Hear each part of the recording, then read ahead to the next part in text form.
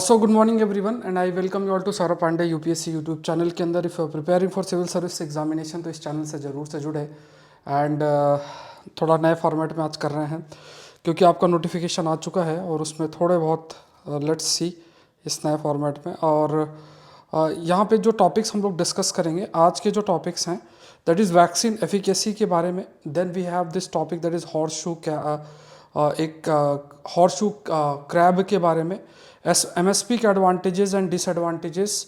फिर बराउजेन मैपिंग का टॉपिक है क्योंकि न्यूज़ में है। Then gas flaring, quantum internet और फिर मेंस का जो क्वेश्चन है। तो मेंस का क्वेश्चन देख लो। Vaccination has both logistic both vaccine has both logistic and biological has both biological challenges. Elaborate करना 10 नंबर में लिखना है। आप अपना आंसर सेंड कर सकते हैं Saurabh Pandey UPSC Telegram channel पे। और कल नोटिफिकेशन आपका आ चुका है, एक वीडियो भी बना दिया है और काफ़ी सारे कंटेंट मैं लेकर आना शुरू करूँगा अब आपके लिए। स्टैटिक पार्ट का यूट्यूब के अंदर आएगा और बाकी चीज़ें जैसे करंट अफेयर्स और सारी चीज़ें ऐप के अंदर क्लासेस चलती रहेंगी रेगुलर बेसिस पे। कल मैंने आपको काफ़ी कुछ शेयर भी किया था। कोई क्वेरी है तो आप मुझे इस नंबर पे रीच कर सकते हैं। और ये जो कोर्स है, कल मैंने इस कोर्स के अंदर आपके लिए एक पीडीएफ डाला था जिसमें 100 टॉपिक्स हैं और उसकी एक वीडियो गाइडलाइंस डाली थी। तो ये कोर्स आप लोग के लिए बहुत बहुत ज़्यादा ज़रूरी है 24 के लिए। और ये बाद में, क्योंकि टॉपिक्स अभी हम लोगों ने 3 दिन के अंदर ऑलमोस्ट मैंने 120 के आसपास टॉपिक्स आपको दे दिए हैं, ठीक है। तो ये चलते रहेंगे। जब भी ज्वाइन करें तो इंश्योर करें, क्योंकि जितना जल्दी ज्वाइन करेंगे दैट विल हेल्प यू और आप रिवाइज अच्छे से चीज़ें कर पाएंगे। और कल मैंने जैसे कहा कि अराउंड 100 के आसपास प्रीलिम्स पॉइंटर्स आपको दिए और वीडियो गाइडलाइंस उसमें डाली, तो उसको फटाफट करके शॉर्ट में नोट्स बना लेना है। तो जैसे अभी हम लोग की क्लासेस जो वीडियो लेक्चर में हुई थी उसमें ये सारे टॉपिक्स कवर थे। और भी कई सारी जो क्लासेस आपकी चल रही हैं that is also like for example जो अभी कल तीसरी क्लास जैसे मैंने आपको बताया उसमें प्रीलिम्स पॉइंटर्स के 100 टॉपिक्स डाले गए हैं। तो ये आपको कहाँ पे करना है, सौरभ पांडे UPSC.com में जाके या सौरभ पांडे CSE ऐप के अंदर आप जो है ज्वाइन कर सकते हैं। सो शुरू करते हैं। पहला टॉपिक है डज अपडेटिंग वैक्सीन 2019 वैक्सीन जो है फ्रिक्वेंटली हैव एनी बेनिफिट्स। क्या इसके कोई बेनिफिट्स हैं अगर बात किया जाए that whether like if you talk about updating of the vaccine 19, क्या इसको अपडेट करना ज़रूरी है। तो इसके बारे में थोड़ा सा देख लेते हैं, ठीक है। कुछ पॉइंट्स पहले डिस्कस करते हैं। लेट्स सी फ्यू पॉइंट्स जो चीज़ें हमें पता होना चाहिए जो like about the working of the vaccine. और यहाँ जैसे मैंने बताया कि जो भी टॉपिक्स हैं आज प्रीलिम्स पॉइंटर के भी मैंने 2 पॉइंट्स इंक्लूड किए हैं। 5M सीरीज़ आज नहीं हो पाई है तो वो कल वीडियो में आपके लिए डाल दूंगा। तो यहाँ पे देखो जो इम्पॉर्टेंट चीज़ आपको समझना है, what you have to understand is कि when you talk about vaccine, जब आप वैक्सीन एफिकेसी की बात करते हैं, when you talk about vaccine efficacy, जब हम वैक्सीन एफिकेसी की बात करते हैं, देखो वैक्सीन की जो वर्किंग है ये पूरे तरीके से डिपेंड किस पर करती है। पूरे तरीके से जो डिपेंडेंसी है वो डिपेंड करती है एंटीजन और एंटीबॉडीज़ के इंटरेक्शन पर चीज़ें निर्भर करती हैं। जैसे फॉर एग्ज़ाम्पल अगर कोई भी वायरस या बैक्टीरिया है ना, या कोई भी जो है जब हमारे शरीर में एंटर करता है तो it act as an antigen, और जब शरीर में एंटर करेगा तो उसी खिलाफ जो एंटीबॉडीज़ हैं वो एंटीबॉडीज़ आपकी बनती हैं। तो जो एंटीजन है हमारे शरीर पर एंटर करता है और फिर एंटीबॉडीज़ जो हैं वो उसके खिलाफ डेवलप होती हैं जनरली देखा जाए। तो वैक्सीन क्या है, इसमें आर्टिफिशियल सेंस में क्या है कि जो आपका आर्टिफिशियल सेंस में जैसे मान लो जो भी डिजीज़ कॉजिंग ऑर्गेनिज्म है, जैसे मान लो वायरस का कोई हिस्सा या फिर वायरस इनएक्टिव फॉर्म में या किल्ड फॉर्म में हमारे शरीर में इंट्रोड्यूस किया जाता है और उसके बाद हमारे शरीर में जब एंटर होगा उसके खिलाफ जो एंटीबॉडीज़ हैं वो एंटीबॉडीज़ हमारे शरीर में बनती हैं। तो ये पॉइंट आपको ध्यान में रखना है। तो जैसे like there is this vaccine called as mRNA based vaccine, ठीक है। There is this vaccine called as mRNA based vaccine. अब अगर mRNA based vaccine, if you talk about the mRNA based vaccine, तो mRNA बेस्ड वैक्सीन में क्या है कि जैसे मान लो कोई भी वायरस है, suppose there is a virus, अब इसके ऊपर सपोज जैसे कोरोना वायरस का ही केस लेते हैं तो there is this what we call it as S protein है। और ये जो एस प्रोटीन है इसके लिए यू हैव मतलब कोई भी प्रोटीन बनती है तो उसके इन्फॉर्मेशन आपका mRNA पे होता है, मैसेंजर आरएनए में होता है। मैसेंजर आरएनए को लेके वैक्सीन बनाई जाती है और ये शरीर में इंट्रोड्यूस किया जाता है। शरीर में ये mRNA based vaccine same protein produce करती है और ये प्रोटीन क्या है, एंटीजन का काम करता है और इसके खिलाफ एंटीबॉडीज़ जो हैं वो हमारे शरीर में बनती है। सो इस तरीके से चीज़ें वर्क करती है। इस पर बहुत ज़्यादा हम लोगों ने पहले भी डिस्कस किया था कोरोना के टाइम पे, और यहाँ पे ये भी आपको ध्यान में रखना है कि ये काफ़ी अधिक बार जो है, इफ़ यू विल फाइंड, तो ये काफ़ी अधिक बार ये पूछा भी गया है। यूपीएससी की अगर बात की जाए तो काफ़ी अधिक बार ये प्रश्न भी इनके द्वारा फ्रेम आपका किया गया है। प्रीलिम्स में भी इन्होंने फ्रेम किया और मेंस में भी फ्रेम आपका किया है। अब यहाँ पे क्या है, लगातार क्या चल रहा है, डिस्कशन क्या चल रहा है कि जो ये आपके like if you talk about कि जैसे इन्फ्लुएंजा जो कि वायरस बेस्ड वैक्सीन है, कहा जाता है कि इनको तुरंत आपका अपडेट करना जरूरी है। अपडेट करते रहना मतलब जैसे क्या होता है कि सबसे इंपॉर्टेंट पॉइंट आपको क्या देखना है कि जैसे मान लो कि जो वायरस बेस्ड वैक्सीन है ना, if you talk about the virus based, जो मतलब वायरस पर जो बेस्ड वैक्सीन होती है, अब इन्हें क्या होता है, they have to keep updating. Why? Because virus जो है उसका स्ट्रेन चेंज होता रहता है। वायरस का जो स्ट्रेन है वो चेंज होता है। अब स्टडी क्या कहती है, मतलब स्टडी क्या कहती है, जैसे मान लो फ्लू है, सर्दी जुकाम की जो बीमारी होती है, तो ये भी किसकी वजह से होता है, वायरस की वजह से होता है। अब ये वायरस क्या अपने आप को बदलता रहता है। अब जनरली क्या है, जैसे मान लो वैक्सीन आप बनाते भी हो और वायरस का स्ट्रेन S1 है या S2 है, तो S1 या S2 जो स्ट्रेन है, ये इस पर अगर आपने वैक्सीन बनाई, तो जब तक आप वैक्सीन रिसर्च एंड डेवलप करके बनाओगे, फिर उसका डिस्ट्रीब्यूशन करोगे, जब आप ये सारी चीज़ें करोगे, डिस्ट्रीब्यूशन कर रहे हो या वैक्सीन बना रहे हो, तब तक क्या होगा कि तब तक यू विल फाइंड कि नया वायरस का स्ट्रेन आ जाता है। तो ये एक बहुत बड़ा चैलेंज है, क्योंकि अगर सपोज करो अगर आप नए स्ट्रेन के लिए वैक्सीन बना भी रहे हो, रिसर्च डेवलपमेंट कर रहे हो, रिसर्च डेवलपमेंट के बाद आप रिसर्च डेवलपमेंट के बाद यू आर ऑल्सो फोकसिंग कि हमें you have to focus on distribution part, आप डिस्ट्रीब्यूशन पे फोकस कर रहे हो, और यू आर ऑल्सो फोकसिंग कि हम जो भी लॉजिस्टिक पार्ट है उसको भी इंश्योर करें। तो इसमें मान लो कुछ समय 2-3 महीने का लग गया और ज़्यादा भी लग सकता है, तो तब तक आपका नया स्ट्रेन आ जाएगा।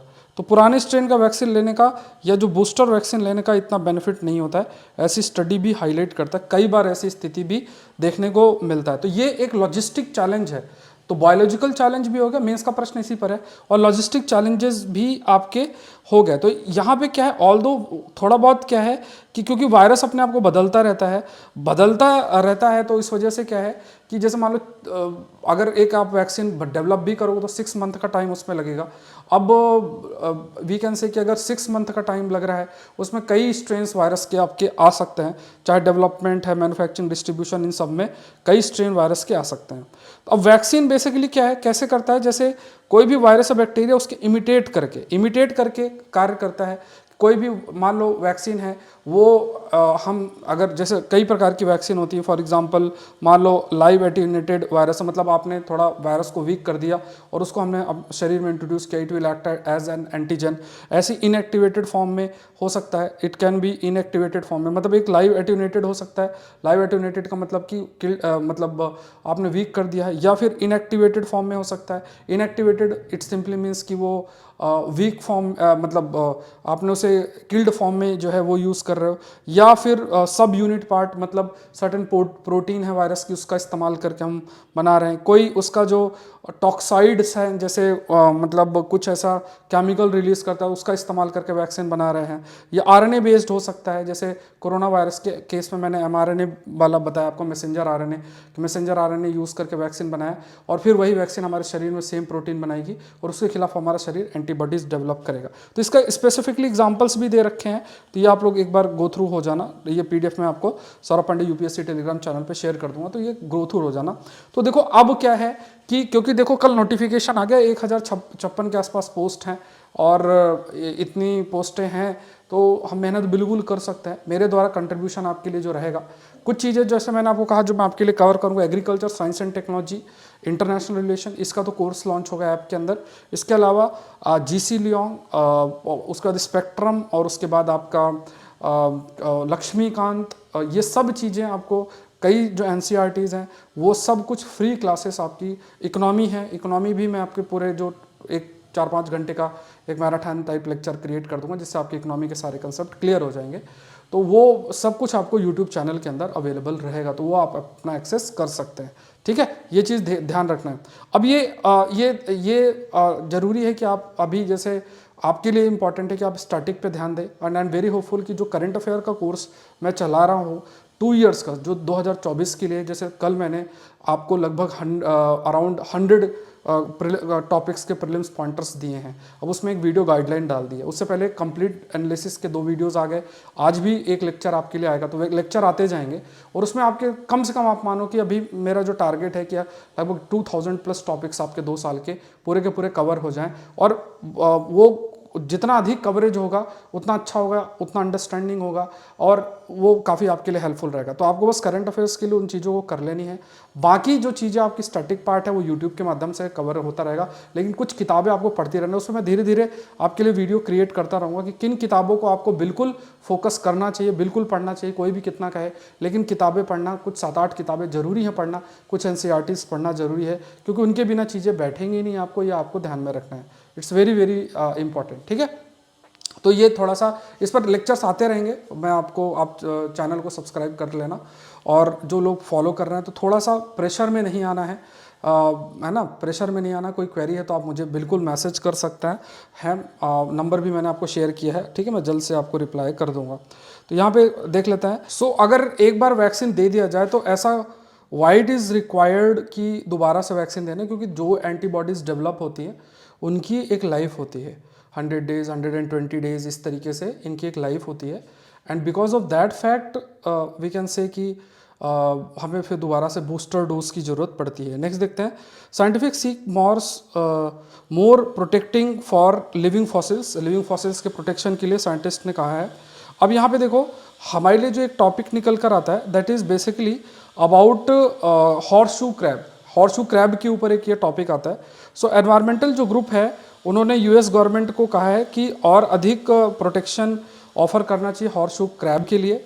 जो लिविंग फॉसिल है वो अंडर थ्रेट है, बिकॉज इसका कमर्शियल हार्वेस्ट होता है बेट के रूप में। बेट का मतलब जैसे किसी बड़ी मछली को पकड़ना है तो इसको डाल दिया, इस टाइप से, या बायोमेडिकल यूज़ की बात करें। These spine tailed sea creature named for the shape of their body shell. अब इसमें देखो खास तौर से जो हॉर्सशू क्रैब है ये कुछ इस प्रकार से दिखता है, ये अगर आप इमेज देख सकते हो तो इट लुक्स लाइक दिस। तो ये जो हॉर्सशू क्रैब है, इसे, ये जो इसका क्लासिफिकेशन ऑर्थोपॉड है, ये याद रखना है। स्पाइडर, स्कॉर्पियंस और ये सब इसी से रिलेटेड है, एंड ये कहा जाता है ओल्डेस्ट लिविंग क्रिएचर है अर्थ के अंदर with fossils of their ancestors. तो ये ओल्डेस्ट लिविंग भी इसको माना जाता है। अब इसे कुछ फैक्ट्स आपको याद रखना है कि आप सोचो 300 मिलियन साल पुराना है ये, 300 मिलियन, जो कि काफ़ी समय है। उसके बाद ये it is also related to spiders, scorpion and spider, जैसे अभी हमने डिस्कस किया। और इसमें 3 सेक्शंस में इसका पूरा शरीर आपका डिवाइडेड रहता है। फीमेल जो हॉर्सशू क्रैब है वो 1/3 लार्जर देन द मेल होती है, और दे कैन ग्रो 18 से 19 इंच तक इसकी जो है, या मेल की बात करें 14 to 15 इंचेस तक उसकी लेंथ आपकी इंक्रीज हो सकती है। हॉर्सशू जो क्रैब स्पीसीज है मेनली यूएस के अंदर लिमुलस पॉलीफीमस नाम से लिव्स इन अटलांटिक ओशन, और साथ में यूनाइटेड स्टेट और मैक्सिको के अराउंड जो रीजन है ईस्ट और गल्फ कोस्ट के अंदर है। उसके 3 अदर जो और भी स्पीसीज़ हैं वो इसके इंडियन ओशन, पैसिफिक ओशन में पाई जाती हैं। और ये जो है कई हैबिटेट्स का यूज़ कर सकते हैं। ये जनरली क्या होता है कि बीचेस में आते हैं, अपने एग ले, जैसे आपका और टर्टल होता है इसी तरीके से, ये एग ले करते हैं बीचेस में आके, फिर वो जब अंडे से बाहर निकलेगा फिर वो आपका समुद्र के अंदर चला जाता है। टाइड, जैसे एक टाइड आएगी, उस टाइड में पूरा का पूरा जितने भी एग हैं उसी से हैच होके और सारे जितने भी क्रैब से अंदर चले जाएंगे। ऑल्दो फिर इंसान उनको पकड़ ही लेते हैं, वो अलग चीज़ है। अब इनका हैबिटेट लॉस भी हो रहा है, ओवर हार्वेस्टिंग एक बड़ा फैक्टर है। क्रैब की ब्रीडिंग पर फोकस किया जा रहा है। जैसे एक चीज़ ये भी कहा गया कि जो बीच में डेवलपमेंट है, जैसे हमारे लिए कई सारे है ना रिजॉर्ट्स बना दिए, कुछ ना कुछ ऐसा बना दिए, तो इससे इनका जो पूरा डेवलपमेंट है that is also being affected. ये भी जो है स्टडी हाईलाइट करती है कि इनका कंटिन्यूस बेसिस में जो डेवलपमेंट है that development is also being affected, because हम मतलब ब्रीडिंग अफेक्ट, क्योंकि हम बीच में बहुत बहुत सारी चीज़ें डेवलप भी कर रहे हैं। इसे IUCN के वनरेबल कैटेगरी के अंदर रखा गया। तो देखो अब ये हॉर्स शू के बारे में ध्यान रखना। अब इसमें जैसे मैंने आपको क्या किया, स्पीसीज के कुछ वीडियोस अगर आप देखोगे तो मैंने अभी हम लोग 6 वीडियोस ऑलमोस्ट मैंने डाल दी हैं। 5M सीरीज़ के अंदर मैंने आपके लिए कवर भी किया, और अगर आप देखें तो उसकी अलग से एक प्लेलिस्ट भी बनी हुई है स्पीसीज ज्ञान नाम से। तो आप लोग अगर उनको फॉलो करें तो वो आपके लिए बहुत हेल्पफुल रहेगा। बिकॉज स्पीसीज ज्ञान मान लो आपने उसमें थोड़ा सा स्पीसीज कवर कर ली, क्योंकि 4 से 5 क्वेश्चन प्रीलिम्स के में ज़रूर से हर साल पूछे जाते हैं, और 5 क्वेश्चंस बहुत होते हैं। थोड़ा सा भी एफर्ट हो तो उसमें आपको आउटपुट मिल जाएगा। तो कुछ नहीं, एक वो जो वीडियोज़ हैं अगर आप देख लें, 15-15 मिनट के वीडियोज़ हैं, और मान लो अभी और भी वीडियोज़ उसमें आएंगे, 10-12 वीडियोज़ होंगे, तो 1-2 घंटे के वीडियोस में अगर आपके 5 क्वेश्चंस हो रहे हैं तो वो बहुत हेल्पफुल आपके लिए रहेंगे। ठीक है, तो ये चीज़ें ध्यान में रखनी है स्पीसीज, क्योंकि न्यूज़ में रहती है। नेक्स्ट देखते हैं, इजराइल फोर्सेस से it has begun series of air strike in Lebanon. अब यहाँ पे हमें बस ये ध्यान में रखना है, जैसे पिछली बार भी देखोगे एक न्यूक्लियर पावर प्लांट है, वहाँ से प्रश्न इन्होंने फ्रेम कर लिया था। तो ये प्रश्न बिल्कुल ये फ्रेम करते हैं, they generally frame the questions. So यहाँ पे अभी जैसे बराउजेन करके एक जगह है, ये कहाँ लोकेटेड है, बस ये इतना आपको याद रखना है कि ये इजराइल के अंदर लोकेटेड है। It is located in Israel, Israel के अंदर आपका ये लोकेटेड है। तो ये फैक्ट थोड़ा सा जरूरी हो जाता है जानना कि आखिर ये रिसेंट सिटी न्यूज़ में है। तो मैपिंग के कंटेक्स्ट में it is of a great importance, जिसका आपको आइडिया होना चाहिए। Let's move to the next. MSP guarantee across crop can raise income and demand. अच्छा, एक चीज़ और भी है कि जैसे आप आज देखा जाए तो एडिटोरियल्स में जो चीज़ें हैं वो मतलब आप कह सकते हैं बहुत ही कॉमन से टॉपिक्स हैं, और कई सारी चीज़ें हमने ऑलरेडी कवर कर रखी है। तो यहाँ पे मैं आपसे यही कहूँगा कि जो टॉपिक्स हमें UPSC के कंटेक्स्ट में चाहिए वो हम लोग फोकस करते जा रहे हैं। उसमें एडिटोरियल्स भी होते हैं, टेक्स्ट भी होता है, न्यूज़ भी होती है, हर चीज़ रहती है। तो हर चीज़ वी आर कवरिंग। तो ये आपको ध्यान में रखना है कि जैसे जो चीज़ें कराई जाएँ उनको आप लोग थोड़ा ढंग से अपना फोकस कर लें, नोट्स बना लें। और जो मान लो तैयारी कर रहे हैं सपोज करो इस साल की, तो उनको थोड़ा टेंशन होगी कि यार PDF नोट्स बनाने में समय लग रहा है, तो मैं PDF भी डाल देता हूँ, प्लस एक अच्छे तरीके से फ्रेम करके भी PDF में आपको sauravpandey.upsc.com में डाल देता हूँ। आई एम ट्राइंग कि कुछ माइंड मैप्स टाइप कुछ बन जाए, जिससे आपके लिए आसानी हो जाए रिवीजन के लिए। ठीक है, तो ये चीज़ आप लोग देखते रहना। अब देख लेते हैं कुछ बातें, मिनिमम सपोर्ट प्राइस की बात कर लेते हैं। तो इसमें अगर आप देखोगे फार्मर प्रोटेस्ट के कंटेक्स्ट में चीज़ें थोड़ा सा न्यूज़ में है अभी जो चल रहा है। ठीक है, तो उस पर तो अब अलग अलग ओपिनियंस हैं, वो सब हम डिबेट में नहीं जाएंगे। लेकिन अभी हम लोग फिलहाल जो हमारे एग्जाम पॉइंट ऑफ व्यू से चीज़ें इंपॉर्टेंट है वो है आपका मिनिमम सपोर्ट प्राइस। तो जनरली क्या होता है, अराउंड 23 क्रॉप्स हैं जिसकी MSP डिक्लेयर की जाती है, लेकिन प्रोक्योर जो है कुछ ही क्रॉप्स के लिए, 2-3 क्रॉप्स के लिए ही होता है। तो ये एक चीज़ है। अब देखो एक पॉइंट आपको ये समझना है जो थोड़ा सा आप लोग इसमें एग्री कर सकते हो, कि जैसे मान लो क्या हो रहा है कि जैसे आज के समय में क्या हो रहा है कि जैसे मान लो जैसे लोगों की इनकम जो है वो इंक्रीज़ हो रही है। अब देखो 2 चीज़ें, एक तो लोगों की इनकम इंक्रीज़ हो रही है, दूसरा क्लाइमेट चेंज एक बड़ा फैक्टर है। अब ये दोनों फैक्टर की वजह से क्या है, आपको ज़रूरत क्या पड़ रही है, वो है एग्रीकल्चर डाइवर्सिफिकेशन। एग्रीकल्चर डाइवर्सिफिकेशन है। अब मान लो कोई पॉलिसी, जैसे मान लो आपके पास जो पॉलिसी है जिसको हम कहते हैं मिनिमम सपोर्ट प्राइस, इसमें क्या होता है कि जो भी मान लो फार्मर्स हैं, फार्मर्स बेसिकली मान लो राइस उगाते हैं, तो राइस बेसिकली चाहे तो वो मार्केट में बेच सकते हैं, लेकिन अगर वो मार्केट में नहीं बेचते हैं तो गवर्नमेंट को लेना ही पड़ेगा, और उन्हें MSP जो है वो आपका देना पड़ेगा। सपोज करो जो भी MSP पर कुंटल जो भी अनाउंस होती है तो वो देना ही पड़ेगा। अब इस वजह से क्या होता है कि थोड़ा जैसे सेफ जो खेलते हैं, मतलब कई आपको जैसे स्मॉल मार्जिनल फार्मर्स, उनको ये है कि चलो कौन मार्केट में बेचे, इससे हम खूब सारा राइस या वीट हम प्रोड्यूस करते चले जाते हैं जिनकी MSP अनाउंस होती है और सरकार उसको प्रोक्योर करती है। अब इसका क्या होता है, ओवर प्रोडक्शन हो जाता है, और फिर उसका मैनेजमेंट और बहुत सारी चीज़ें हैं। आप देखोगे राइस इतना ज़्यादा हो गया, इसलिए सरकार एक नया स्कीम लेके आई भारत राइस नाम से, और 29 रुपये पर किलो भारत राइस नाम से बेच रही है। अब क्योंकि अगर नहीं करेंगे तो पूरा का पूरा राइस बर्बाद हो जाएगा, ये एक बड़ा दिक्कत है। अब होता क्या है कि बिकॉज MSP अनाउंस होने की वजह से होता क्या है कि जो डाइवर्सिफिकेशन एग्रीकल्चर पे होना चाहिए वो नहीं होता है। ये जैसे आपको बहुत सारी चीज़ों को उगाना है, फ्रूट्स भी, वेजिटेबल्स भी, और भी डिफरेंट डिफरेंट मिलेट्स भी, ऐसा, क्योंकि देखो क्लाइमेट चेंज भी होगा।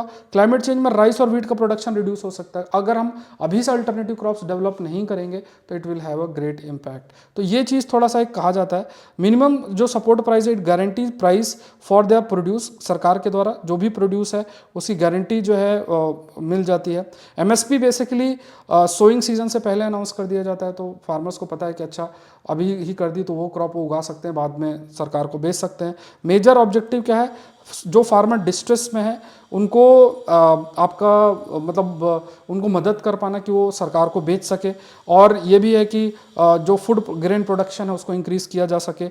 मार्केट प्राइस जो कमोडिटी है का है, अगर वो फॉल करता है तो एटलीस्ट जो प्राइस है सरकार वाला वो उनको अवेलेबल रहेगा, और they can't be exploited by the market player, ये होगा। और जो एमएसपी, इससे फार्मर की इनकम भी आपका इंक्रीज होगी, और जैसे मान लो इनकम को डबल करना है तो वो भी एक फैक्ट है। अब दूसरा कहा गया कि जो एमएसपी उसकी कोई लीगल बैकिंग नहीं है। अब ये एक बड़ी चीज़ है, इसलिए क्या है कि भले एमएसपी अनाउंस कर दी जाए बट एमएसपी को प्रोक्योर कुछ ही क्रॉप्स के लिए आपका किया जाता है, इसलिए डिमांड भी इसकी बनी रहती है। एमएसपी हैज़ नॉट, जैसे जैसे कॉस्ट ऑफ प्रोडक्शन बढ़ रहा है वैसे वैसे एमएसपी आपका नहीं बढ़ा है, कि ये भी कहा है। फिर उसके बाद जो आपका सीपी है, जो आपका वी कैन से जो commission for agriculture cost and prices हैं, जो कि एक अटैच्ड ऑफिस है ministry of agriculture farmer welfare के द्वारा, इसके द्वारा ही एमएसपी को रिकमेंड आपका किया जाता है ऑन फिक्सिंग एंड एनफोर्समेंट, इन्हीं पर डिपेंड करता है। मतलब ये रिकमेंड करते हैं, फिक्सिंग और एनफोर्स करने की जिम्मेदारी फिर सरकार की ही होती है। गवर्नमेंट अनाउंस एमएसपी करता है, लगभग 23 क्रॉप्स के लिए करती है गवर्नमेंट, लेकिन 1/3 ही उनमें से प्रोक्योरमेंट आपकी होती है। There are lack of awareness farmer में भी, जिसकी वजह से रीजनल वेरिएशन इसके इम्प्लीमेंटेशन में देखने को मिलता है। एंड ये कंपटीशन भी खत्म करता है सरकार पे, कि फाइनेंस में भी बहुत प्रेशर डालता है कि आपको खरीदना ही खरीदना है। और ये WTO प्लेटफॉर्म्स की बात करें, has been often criticized at the WTO platform के अंदर भी, क्योंकि जो है लेके और फिर सरकार, उनको ये लगता है कि फिर सरकार उसको कम रेट में सेल कर सकती है और मार्केट डिस्टॉर्शन कर सकती है। अब दूसरा क्या है कि जो भी एमएसपी फिक्स की जाती है, तो एमएसपी फिक्स करने की जिम्मेदारी किसकी होती है, that is of commission of agriculture cost and prices, ये सीपी अनाउंस आपकी एमएसपी को करती है।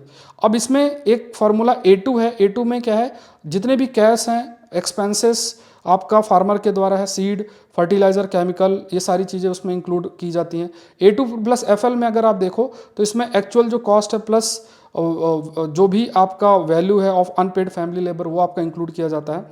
और इसमें A2 प्लस FL के साथ C2 के अंदर revenue foregone on owned land, rent, fixed capital asset, जैसे मान लो कोई एसेट है उसमें इंटरेस्ट पे करना है और जो भी लैंड है उसका रेंट पे करना है, तो वो कॉस्ट भी इंक्लूड करके और फिर आपका एमएसपी को अनाउंस किया जाता है। तो ये 3 फॉर्मेट है, A2 प्लस FL और C2, 3 फॉर्मेट आपको ध्यान में रखना है। तो यहाँ पे ये बहुत इंपॉर्टेंट है, ठीक है। तो व्हाट इज बेसिकली A2 के अंदर जो भी कैश और जो भी एक्सपेंसेस है फार्मर के द्वारा किए जाते हैं।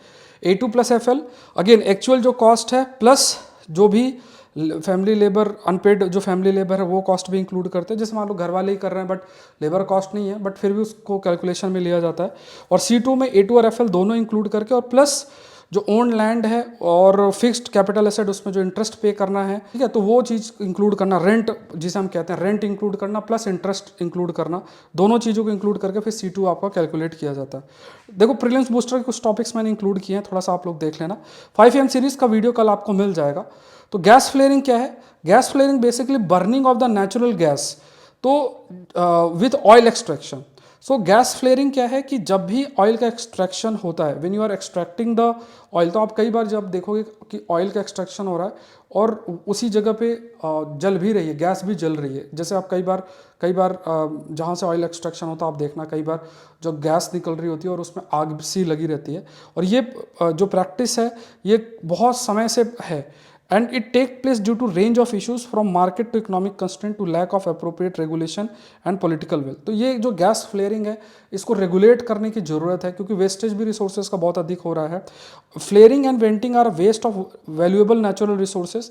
क्योंकि देखो ये क्यों किया जा रहा है, इसका क्या रीज़न है, ये थोड़ा समझना मुश्किल है, लेकिन अगर इस चीज़ को रेगुलेट किया जाए तो बहुत ज़्यादा जो नेचुरल गैस का वेस्टेज होता है, क्योंकि जैसे मान लो आप एक्सट्रैक्ट कर रहे हो ऑयल, अगर आप कुछ सिस्टम क्रिएट कर लो जिसके माध्यम से आप जो गैस रिलीज हो रही है उसको भी आप यूज़ कर लो, लेकिन अब वो उतना सिस्टम ना, क्योंकि फोकस ऑयल में रहता है, तो जो भी गैस इसके निकलती है जब ऑयल एक्सट्रैक्शन के टाइम पे उसको वो बर्न कर देता है।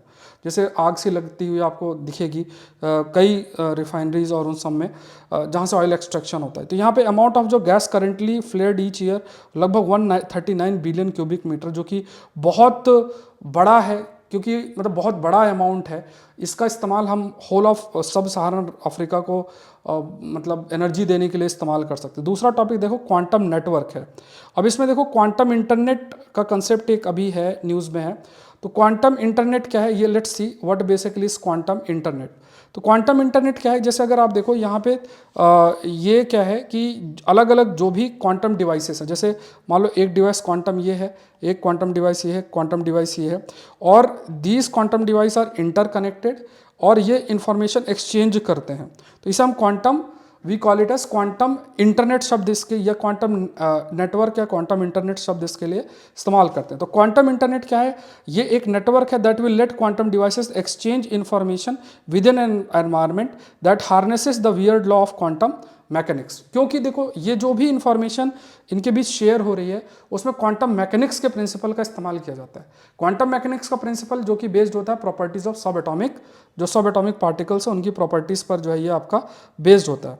अब ये जैसे मान लो जैसे ये बॉब है, बॉब बेसिकली क्या है, it can store entanglement, his entanglement अभी हम डिस्कस करेंगे।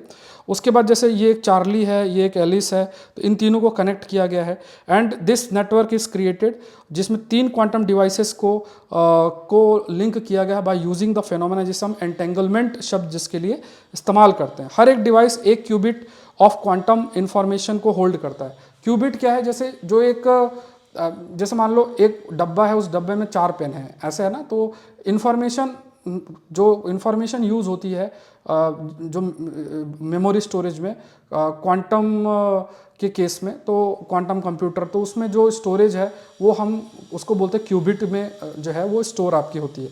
तो आपको याद रखना पहली चीज़ कि किस फेनोमेना का इस्तेमाल किया जाता है क्वांटम नेटवर्क क्रिएट करने में या फिर क्वांटम इंटरनेट क्रिएट करने में, वो है क्वांटम एंटेंगलमेंट।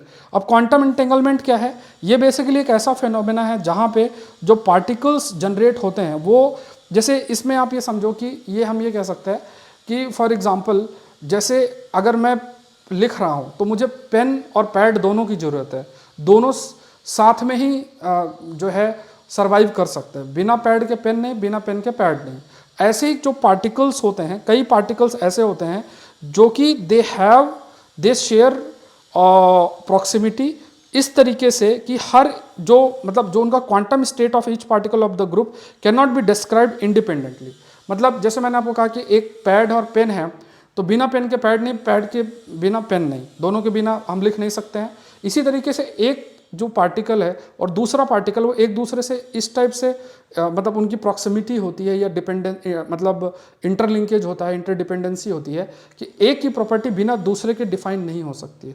तो ये जो फेनोमेना होता है क्वांटम मैकेनिक्स के कंटेक्स्ट में, जिसमें हम सब एटॉमिक पार्टिकल्स की बात करते हैं, तो उसे हम क्वांटम एंटेंगलमेंट बोलते हैं। ठीक है, ये टर्म आपको याद रखना है। मेंस का क्वेश्चन देख लो, vaccination has both logistic and biological challenges. ये 10 नंबर का क्वेश्चन, आप अपने answer Saurabh Pandey UPSC Telegram channel पे भेज सकते हो, कोई क्वेरी इस नंबर पे रीच कर सकते हो। ये जो कोर्स है ये Saurabh Pandey CSE app download करके या सौरभ पांडे UPSC.com पे जाके आपको करना ही है इस कोर्स को। कल मैंने क्लास 3 में प्रीलिम्स पॉइंटर के 100 टॉपिक्स आपको दिए हैं और उसमें एक वीडियो भी डाला है जिसमें आपको गाइडलाइंस दी गई हैं। तो टोटल हमने 3 दिन में 120 टॉपिक्स कर लिए हैं। अब इसमें कवरेज बढ़ाना है, ये बार बार मैं आपको कह रहा हूँ। तो आपके पास अच्छा कंटेंट रहेगा, बस आपको रिवाइज अच्छे से करना है। कोई भी कंपाइलेशन होगा उससे आप कंपेयर कर लेना, आसपास भी कोई कंपाइलेशन आपको नहीं मिलेगा। इवन अगर आपको आप मान लो आप पढ़ना भी चाहो कोई कंपाइलेशन, तो आपको हार्डली 2-4 दिन का ही समय लगेगा। बट जो कंटेंट हम लोग कवर करेंगे that will be of a great help. ठीक है, तो ये अभी आपका 30% ऑफ भी है इसमें। अब जैसे क्लास 2 में मैंने ये सारे टॉपिक्स आपके लिए कवर किए थे और कल हमने 100+ टॉपिक्स के प्रीलिम्स पॉइंटर्स मैंने डिस्कस किए। आज फिर एक वीडियो लेक्चर जो है वो आपको मिलेगा। इसका PDF भी आपको सौरभ पांडे UPSC.com वेबसाइट में पूरा वेल अच्छे तरीके से मिल जाएगा। और अगर आप रॉ PDF चाहते हो इसी फॉर्मेट में, तो वो PDF आपको टेलीग्राम चैनल पे Saurabh Pandey UPSC Telegram channel पे मिल जाएगा। तो आज के लिए इतना ही। आई होप ये सेशन आपके लिए बहुत हेल्पफुल रहा होगा। मिलता है नेक्स्ट सेशन के अंदर। Thank you everyone, thank you.